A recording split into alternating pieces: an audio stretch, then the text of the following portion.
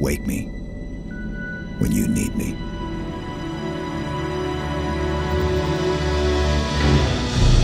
Halo has a magical feel to it that is unlike any other game. To what degree do we need to rework great work that's already been done? What do we keep?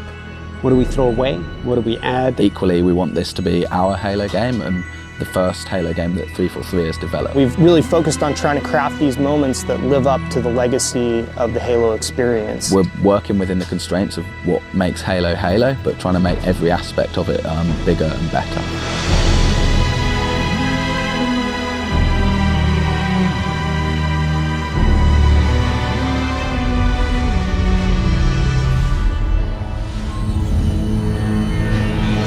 With Halo 4, we're really delving into Master Chief's humanity and exploring what makes him tick as a character. Most of the exploration that we've done of the Master Chief has been done through other media outside of the game. It's been done through comic books, through novels. We wanted to put it squarely in the video game this time. Fighting for something that is really important, where there's something very big at stake, those are themes we carry forward. One of the things that we wanted to do was really introduce a threat that is beyond anything that Master Chief has faced before. It also gives us an opportunity with that threat to add new gameplay. The backstory of the Spartans and of the Master Chief in particular promises all this hyper-athletic speed and mass and weight and power. You're supposed to be this guy in this super suit and you should feel like a superhero in it, and in order to do that we want the armor to look and feel functional. We've done everything from really looking at what should the HUD look like. It's kind of like a fighter jet HUD, and we think of it that way. As a player, you're really empowered and given a set of tools to employ in any way that you want. The fans will be really happy to hear that in Halo 4, the battle rifle's back.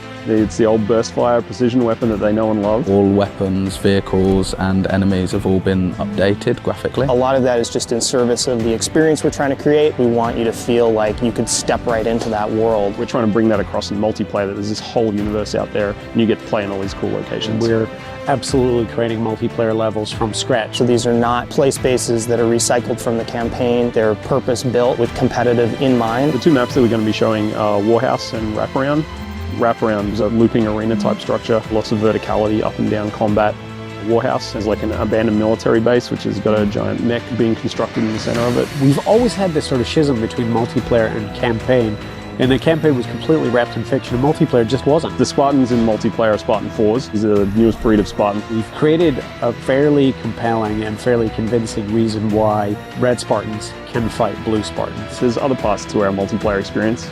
They'll be coming in the future. With Halo 4, we've tried to create a more cinematic approach to the experience in everything that we do. We have a completely new audio team building all of the sound effects from scratch. We've redone almost everything. We've already recorded 100 tracks of music. Artistically, the number of assets that are going into this is way more than any other Halo game. We wanted to do so much more. You have this massive team of people who have all come together at this one point in time that focuses on every day that we have left, doing everything we can to make this game the best that it can possibly be. It's still Halo, but it has its own voice, and it's extraordinary.